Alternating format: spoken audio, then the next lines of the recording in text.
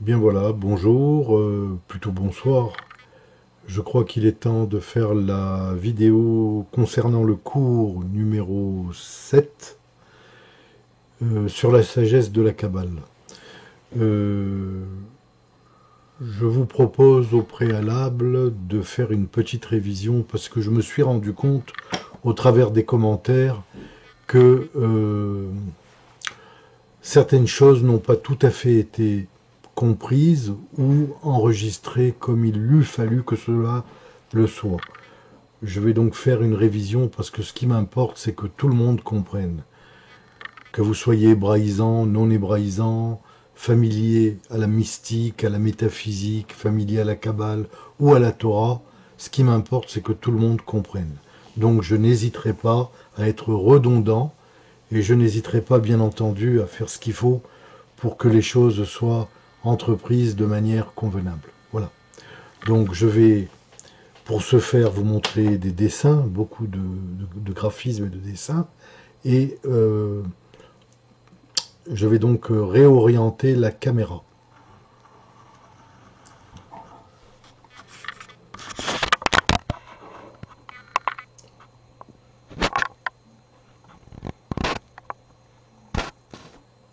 Voilà. Je pense que là, on a une caméra bien réorientée. Je ne sais pas si le son est favorable, mais en tout état de cause, je vais pouvoir vous dire ce que j'ai à vous dire sur cette histoire de révision.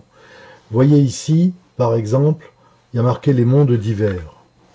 Les mondes divers, et vous voyez ici, monde de l'émanation, monde de la création, monde de la formation et monde de l'action. Alors, ce sont des endroits d'où proviennent l'énergie. On va considérer que c'est l'énergie du divin, qui part du haut et qui va vers le bas. Donc, qui part du monde de l'émanation, qui va ensuite dans le monde de la création et qui va ensuite dans le monde de la formation et enfin qui arrive ici dans le monde de l'action. Bien sûr, tout cela va être détaillé. Ces mondes en question s'appellent les olamim en hébreu. Celui-ci, c'est le monde de Olam Atziliut. Celui-ci, c'est Olam Beria. Celui-ci, c'est Olam Yetzira. Celui-ci, c'est Olam Asya. À l'intérieur, vous voyez qu'il y a une structure qu'on appelle la structure séphirotique que vous voyez ici sans le graphisme des mondes. Et cette structure séphirotique s'établit en 10 mouvements. Voici les 10 mouvements. Vous les avez ici. D'accord ? Eh bien, ces 10 mouvements en question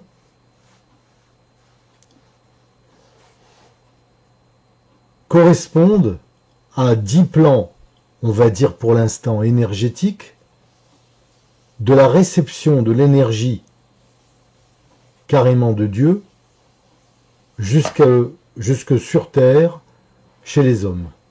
Considérons pour l'instant que le monde du divin est ici,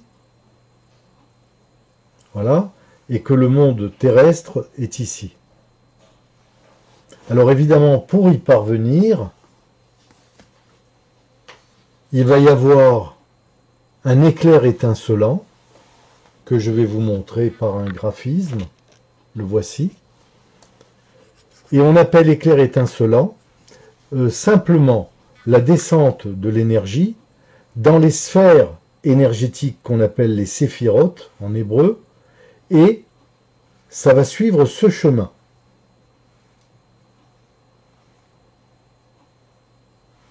Ces sphères en question, on ne peut pas les voir. On peut tout au plus les imaginer et supposer qu'elles influent sur nous. Comment sait-on qu'il y a des sphères énergétiques et qui descendent par l'éclair étincelant dans notre monde en venant des mondes supérieurs? Eh bien, on le sait tout simplement en faisant de l'exégèse, en décodant la Torah. Et en décodant la Torah, il existe un corpus particulier dans la Torah, un corpus de 3 livres, le Sefer Yetzira, le Sefer Abaïr et le Sefer Azohar.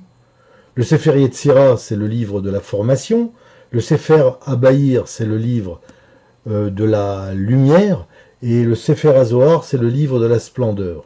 En décodant ces livres, et particulièrement le livre de la splendeur, le Sefer Azohar, on sait pertinemment comment fonctionne l'univers, du plan métaphysique au plan physique.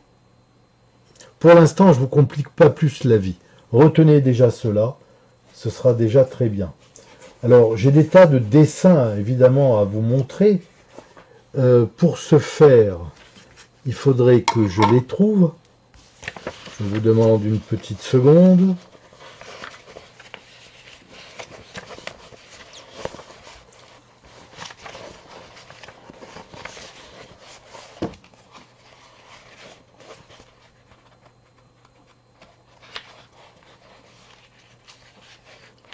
Voilà.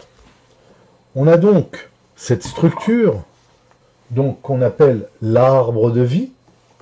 Et cette structure en question va s'établir à peu près de la façon suivante.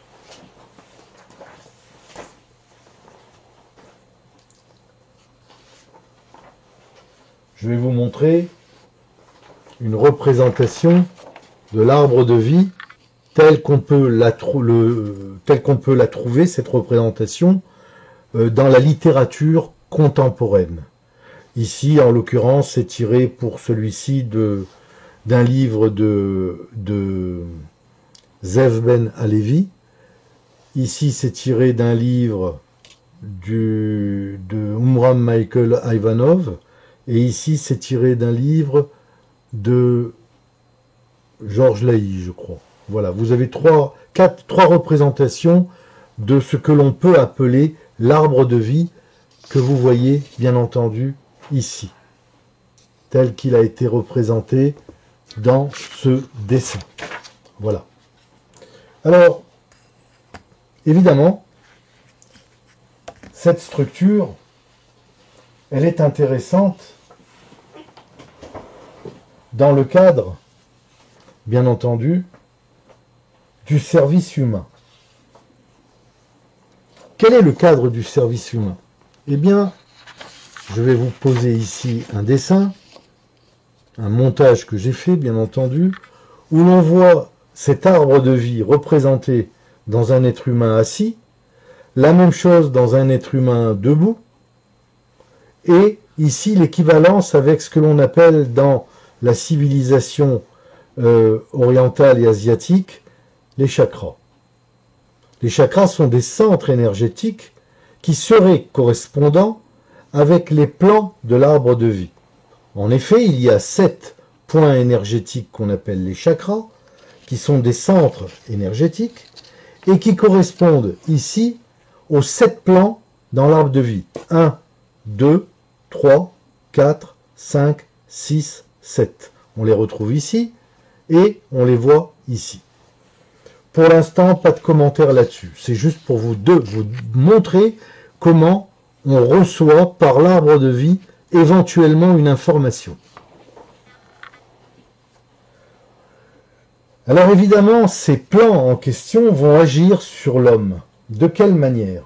Ils vont agir sur l'homme parce que l'homme, il est démontré dans l'homme qu'il y a bien entendu, de par les chakras que l'on voit là, les centres énergétiques correspondant aux 7 plans de la création dans l'arbre de vie, il y a bien entendu des corps subtils qui s'y affairent. Et ces corps subtils ne sont pas nécessairement dans la structure physique que vous voyez là.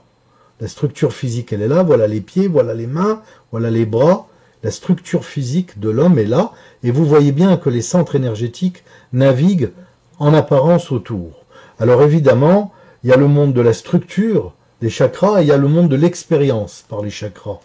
Le but n'est pas d'expliquer ici de quoi vraiment il en retourne, mais croyez-moi, c'est très important parce que c'est par l'arbre de vie que tout ceci va s'établir. Je fais un aparté pour vous rappeler encore une fois que mes cours ne sont pas que des cours de Kabbale.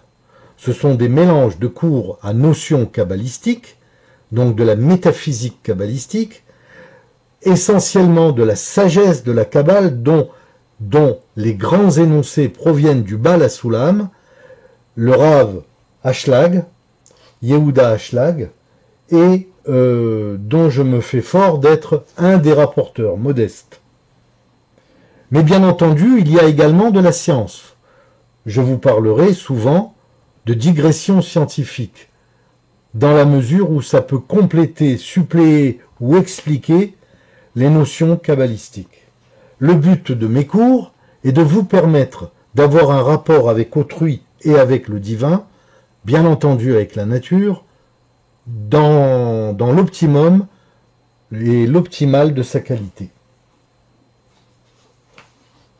Alors évidemment, quand on voit cette structure et la manière dont elle est agencée dans des mondes que l'on ne voit pas, on est ici, on a l'évidence de cette séphira, de cette sphère énergétique, mais on n'a pas l'évidence totale de ce monde, et encore moins de ceci. Et pourtant, ils sont en nous, et pourtant, on découle d'eux, et pourtant, ils influent totalement, en permanence, sur nous. Alors, qu'est-ce que l'on peut recevoir? Notamment, recevoir par l'éclair étincelant. De la séphira Keter à la séphira Malchut. Qu'est-ce qu'on peut recevoir en passant par toutes ces séphirotes, qui sont, je vous le rappelle, des sphères énergétiques dont le but ultime est de densifier et de filtrer l'énergie. De l'impensable, ici, il est totalement intangible, ce flux. Jusqu'ici, il est exploitable par l'homme. Il faut donc 10 sphères énergétiques, 10 filtres, 10 condensateurs pour y parvenir. Les 3 que vous voyez là, ces 3-là, qui appartiennent évidemment au monde de l'émanation, ces 3-là, ces 6-là et celle-ci. Ici, vous avez ce que l'on appelle, en Kabbale, Arikanpin. Ici, vous avez ce que l'on appelle en Kabbale, Zeir Anpin. Et ici, vous avez ce que l'on appelle en Kabbale, Malchut. Pour l'instant, je ne vais pas plus loin. On y reviendra, bien entendu. Alors, ici, je vais vous montrer, pardonnez-moi, hein, c'est un peu artisanal, mais c'est ça qui fait tout le charme. Je dessine tous ces schémas pour vous. Et je vous répète que tout ceci est totalement gracieux. Je le fais pour vous rendre service, si cela vous rend service, bien entendu. Un petit aparté, je répète encore une fois que je ne suis pas rave selon le concept rabbinique du terme, mais j'ai un niveau suffisant et une culture générale suffisante pour me permettre humblement de vous proposer de m'écouter. Voilà, c'est tout.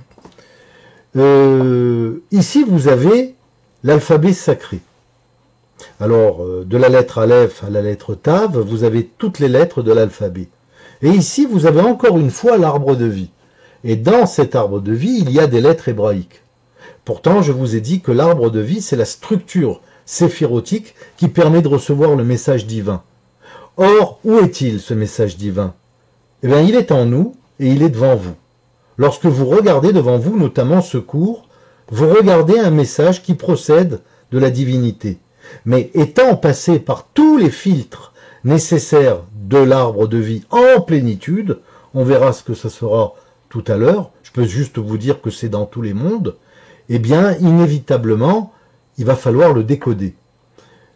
Qu'est-ce qu'on reçoit réellement? Eh bien, on reçoit de l'information. Et cette information, qu'est-ce que c'est? Eh bien, c'est ça. Voilà. C'est tout ceci. Ce que vous voyez là, ça s'appelle les otiotes.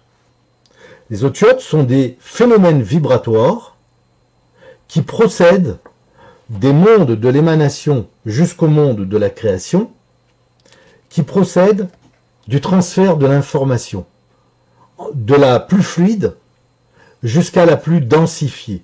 Donc d'ici jusque là, il y a une densification énergétique par l'éclair étincelant, et cette densification énergétique n'est que la densification que vous recevez de l'information donnée par Dieu lui-même, et évidemment ses attributs dans le monde divin. Eh bien, c'est représenté, cette information est totalement représentée par les otiotes. Donc les otiotes, dont vous voyez ici simplement le hiéroglyphisme synthétique, l'image si vous préférez, est un véritable phénomène vibratoire. En effet, la lettre Aleph vaut 1, la lettre Yud vaut 10, la lettre Kaf vaut 100. Pourquoi? Tout simplement parce que il n'y a pas de transfert, il n'y a pas de translation à faire, comme en français par exemple. Le 1, le A ça vaut 1, le J ça vaut 10, et le S vaut 19. Alors évidemment, vous prenez le S, 19, vous réduisez à 10, puisque le 9 ne compte pas, et ça va vous donner, en enlevant le 0, 1.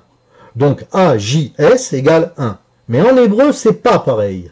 La lettre que vous voyez là, qui est en fait un nombre, n'a pas besoin d'être translatée. C'est donc une information numérique. Je ne veux pas vous embrouiller la tête en allant plus loin pour vous dire ceci, mais juste vous signifier que tout ce que vous voyez devant vous n'est rien d'autre que de l'énergie représentée par les lettres hébraïques. Les otiotes.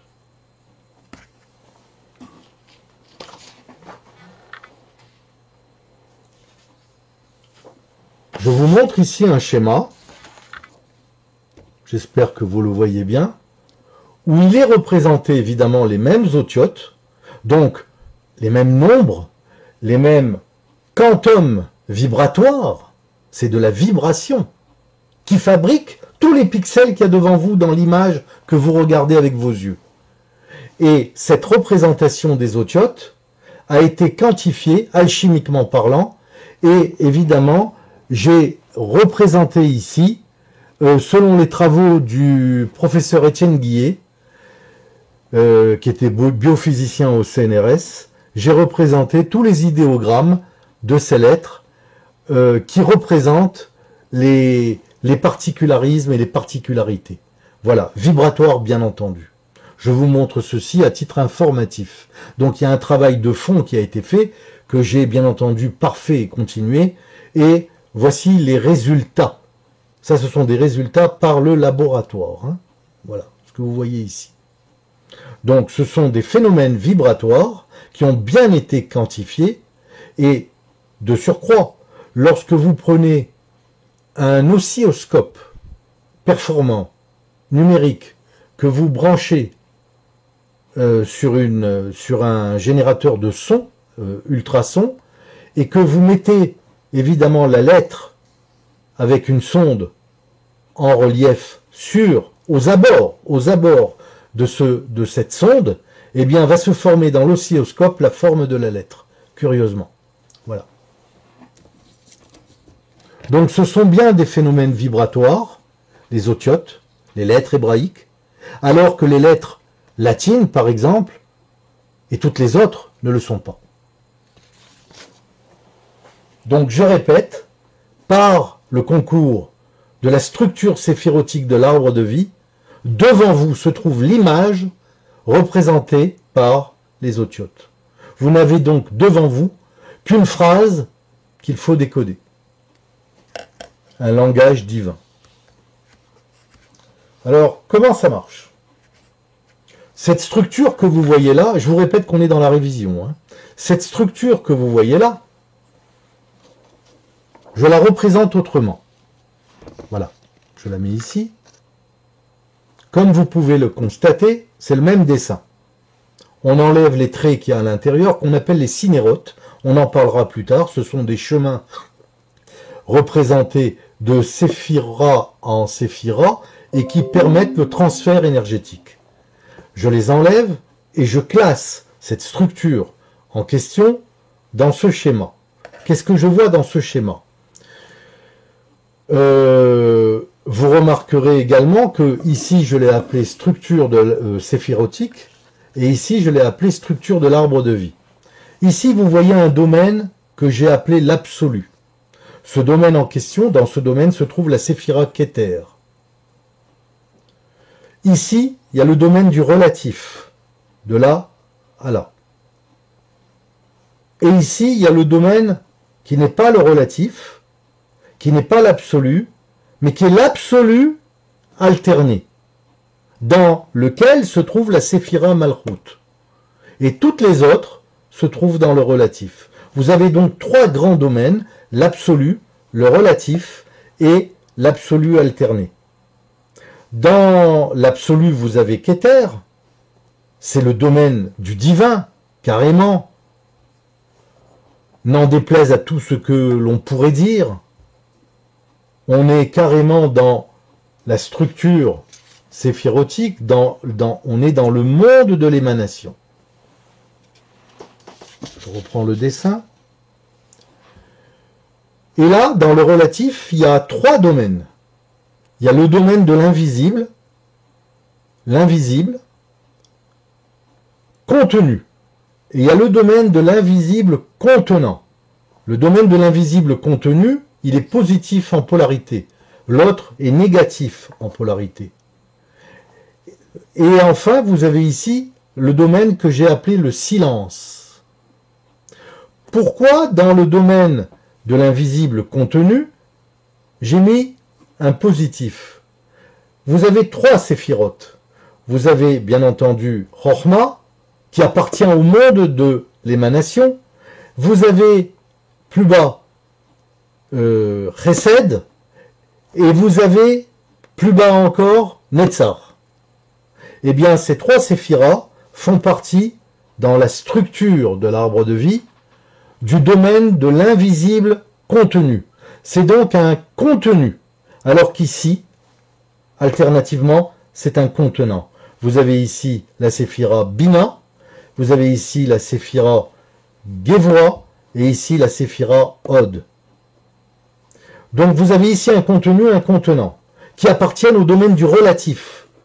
Donc là, c'est le relatif positif, là, le relatif négatif.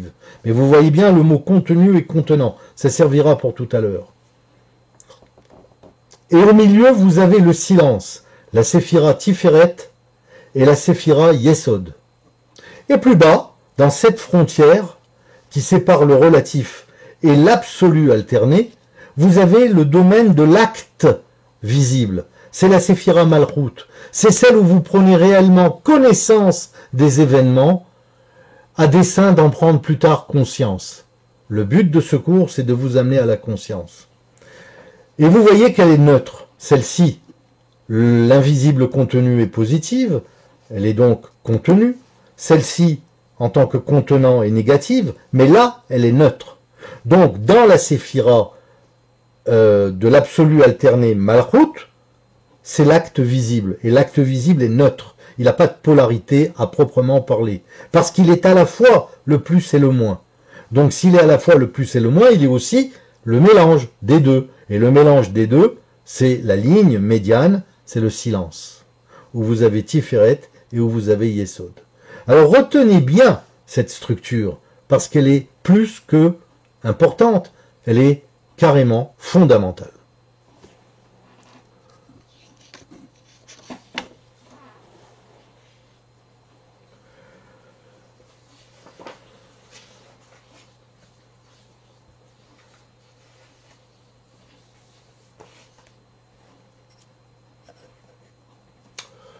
Je vais donc vous poser un dessin ici.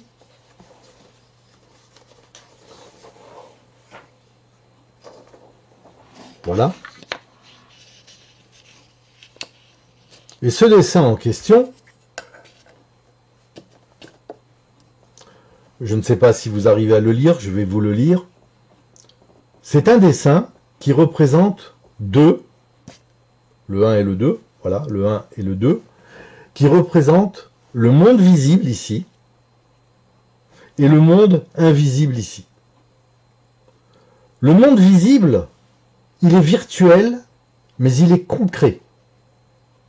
les perceptions sont discontinues, les perceptions humaines. C'est le premier silo dans ce dessin. Le monde visible, c'est un champ énergétique physique qui est perçu pendant l'éveil, c'est-à-dire en ce moment. En ce moment, vous êtes dans le monde visible et vous percevez un champ énergétique physique. Celui-ci, ce monde, est virtuel, ça vient de virtus, qui veut dire en latin en puissance, mais il est concret, il est frappé de concrétude. Vous pouvez donc pour n'importe quoi peser, mesurer, quantifier et objectiver. Le deuxième silo, il est perçu, ce sont des perceptions continues, alors que celles de l'éveil sont discontinues, et il est perçu, c'est un champ énergétique métaphysique, et non physique comme ici, qui est perçu pendant le sommeil. Lui, il n'est pas comme l'autre, virtuel et concret. Il est réel et abstrait. Alors, très grande différence entre le monde virtuel, qui est perçu pendant l'éveil, et le monde réel qui est perçu que pendant le sommeil. Donc, je m'inscris en faux quand on dit que tout ceci est le réel. Faux, c'est le virtuel, selon moi, Marc Cohen. Mordechai Cohen en hébreu, le prêtre porteur de vie. Et dans le sommeil, on a accès au réel. Mais celui-ci n'est pas concret, il est abstrait. Abstrait ne veut pas dire inexistant. Attention, c'est bien plus qu'existant d'ailleurs. Retenez bien ce schéma. Lui aussi est très important. Je vais plus loin. À la suite de ce schéma, donc de ce dessin, je vais vous en montrer un autre, qui est celui-ci.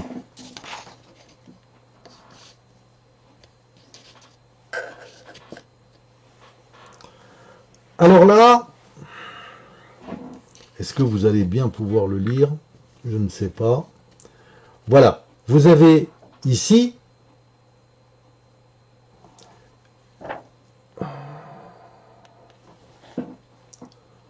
le monde visible, donc c'est inversé, hein, complètement inversé.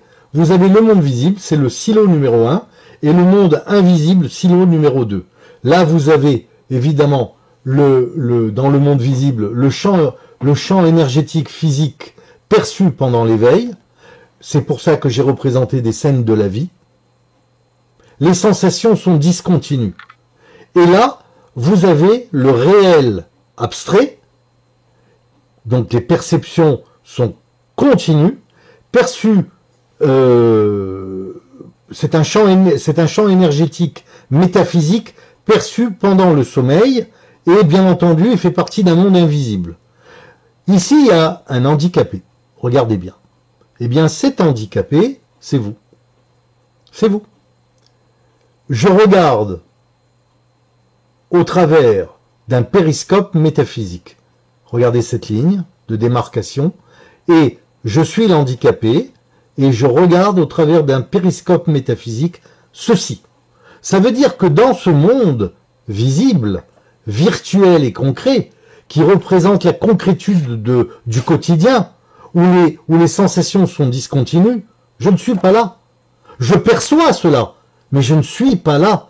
Je suis un handicapé dans un macom sous-jacent où les perceptions sont continues, et je vois de cet endroit-là, de ce macom sous-jacent, macom veut dire endroit, maison, je perçois avec un périscope métaphysique cette unité de l'univers. Donc ici, il y a un texte que je vais vous lire, tout simplement, parce que je n'ai pas la possibilité de le voir bien. Je suis à l'instar, donc je vais le mettre plus près, voilà. J'espère qu'on va pouvoir bien le lire. Je suis à l'instar d'un être éclairé, mais handicapé par le fait de ne pouvoir directement intervenir sur la réalité virtuelle. Le monde ne m'est perçu que par mes sens, cela implique bien entendu une limite à mon acuité. Le monde physique n'apparaît donc par des sensations discontinues et nombreuses.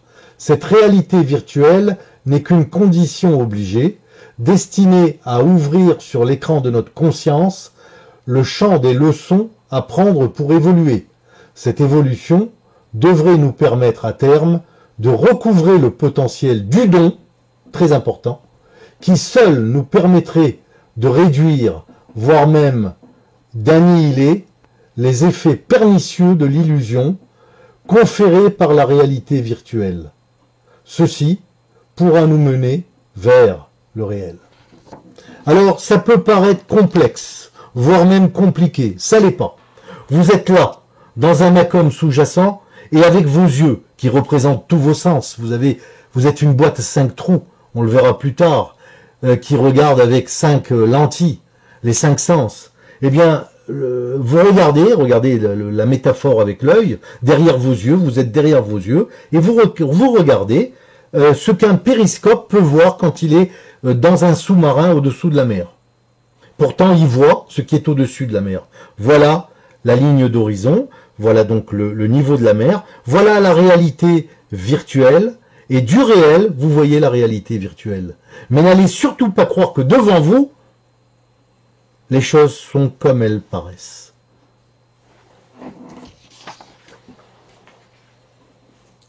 Alors, avant d'aller plus loin, ce sera le cours numéro 8, je vais vous donner une idée, une simple idée,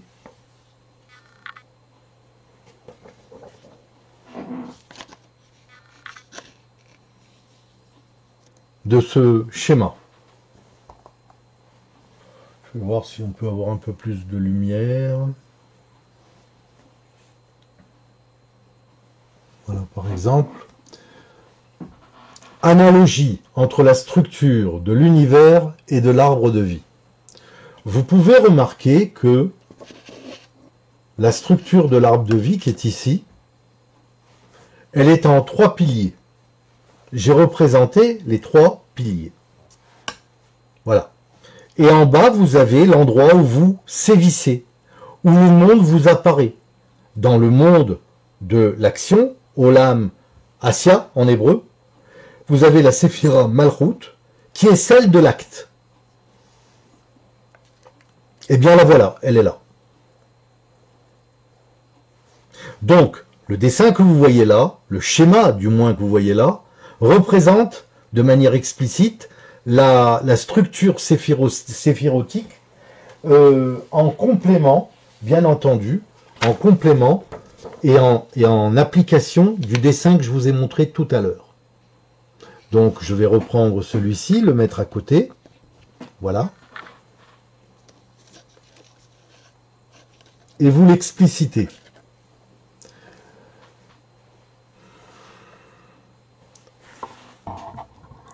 C'est pas facile d'avoir une image totalement nette. J'essaye. C'est pas simple. Voilà, j'espère qu'elle est nette. Comme je vous l'ai dit tout à l'heure, ici vous avez 1, 2, 3 silos. Ici vous avez le réel. Mais il est abstrait. Il est là.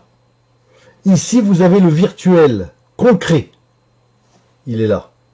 Et ici, vous avez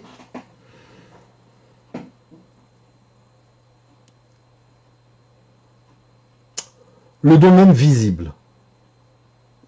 C'est la partie matérielle de l'univers. La partie active de l'univers. La représentation que vous voyez là, c'est la représentation d'un univers global existant et créé. Là, c'est la partie physique de l'univers. Elle est restrictive, alors que la partie métaphysique de l'univers est généreuse. La partie généreuse est invisible. La partie restrictive est visible. La partie généreuse est réelle et abstraite. La partie restrictive est virtuelle et concrète. La partie généreuse représente la force contenue. Vous voyez ici, j'avais marqué contenu. Plus. Eh bien là, elle représente la puissance contenante. Ici, vous avez une force. Ici, vous avez une puissance. Pourquoi une force et une puissance? C'est pas pareil? Pas du tout. La force est un contenu, la puissance est un contenant. Un verre a la puissance de contenir. Par contre, le liquide qu'on mettra dedans a la force de presser sur les parois. La partie généreuse de l'univers, la partie donc métaphysique, est une structuration du non-vide, alors que la partie restrictive de l'univers, elle représente l'organisation du vide.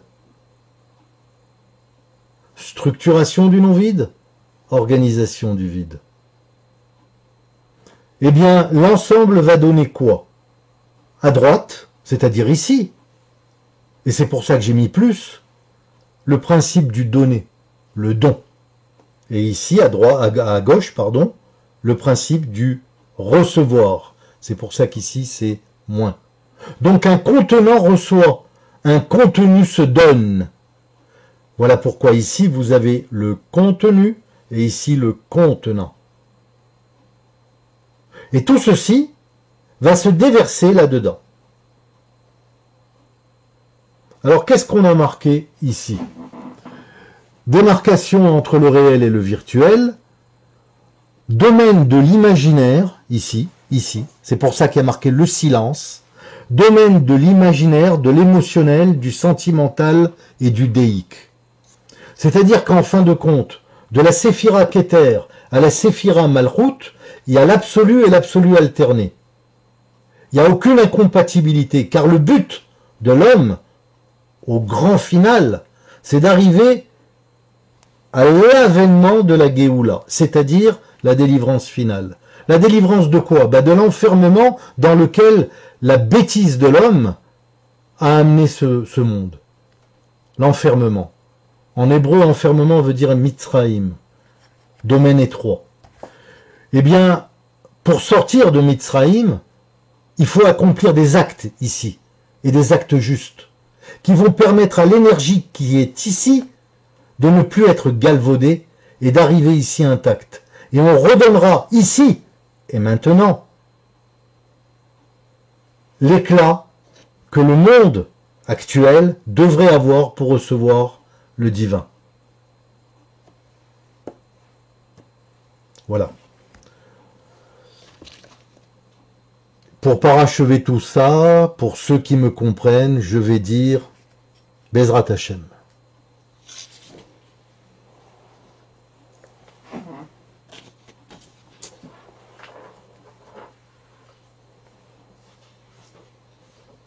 Je prends un autre schéma, c'est la continuité de celui que je vous ai montré ici. Toujours l'arbre de vie, hein, c'est toujours la même chose. Voilà, ce schéma-là. Alors, je vais essayer de faire en sorte que ce soit un peu net.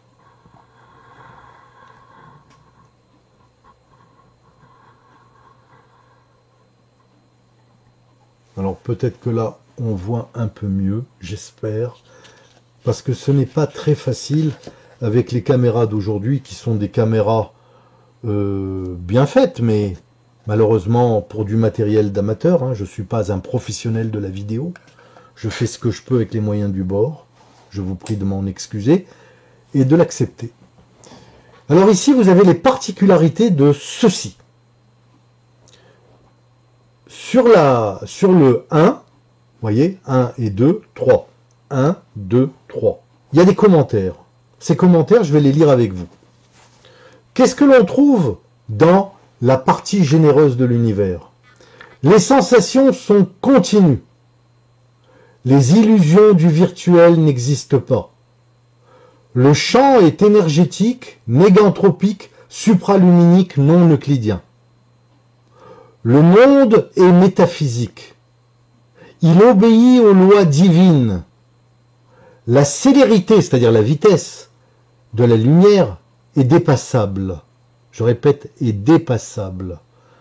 L'environnement est non euclidien, c'est-à-dire que le plan n'existe pas. C'est-à-dire que la ligne la plus courte pour aller d'un endroit à un autre n'est pas la droite. Il existe une continuité en toute chose. Le monde est intangible, ça veut dire qu'on ne peut pas le comprendre, et insondé, non connu. Ça, c'était la partie 1, la partie qui correspond à la partie généreuse de l'arbre de vie. C'est la partie métaphysique de l'univers. Ici, dans la partie 2, vous avez le texte suivant, l'inverse de celui-ci. Les sensations sont discontinues, la création du vide apparent, création des distances, création de la flèche du temps, le champ est énergétique anthropique, contrairement à l'autre qui est néganthropique, luminique, contrairement à l'autre qui est supraluminique, et euclidien, contrairement à l'autre qui n'est pas euclidien. Alors je commente ici, le champ est énergétique anthropique, ça veut dire que c'est le second principe de la thermodynamique en physique qui dit que tout corps, tout système ordonné, naturellement, va subir par le phénomène de la chaleur une dégradation. Je ne commente pas plus loin. Donc c'est le phénomène qui fabrique la poussière. Il est luminique. Ça veut dire que la vitesse de la lumière ne peut pas être dépassée. Et il est euclidien. Ça veut dire que le plan existe et que le chemin le plus court pour aller d'un endroit à un autre, évidemment, c'est la droite, dans un plan euclidien.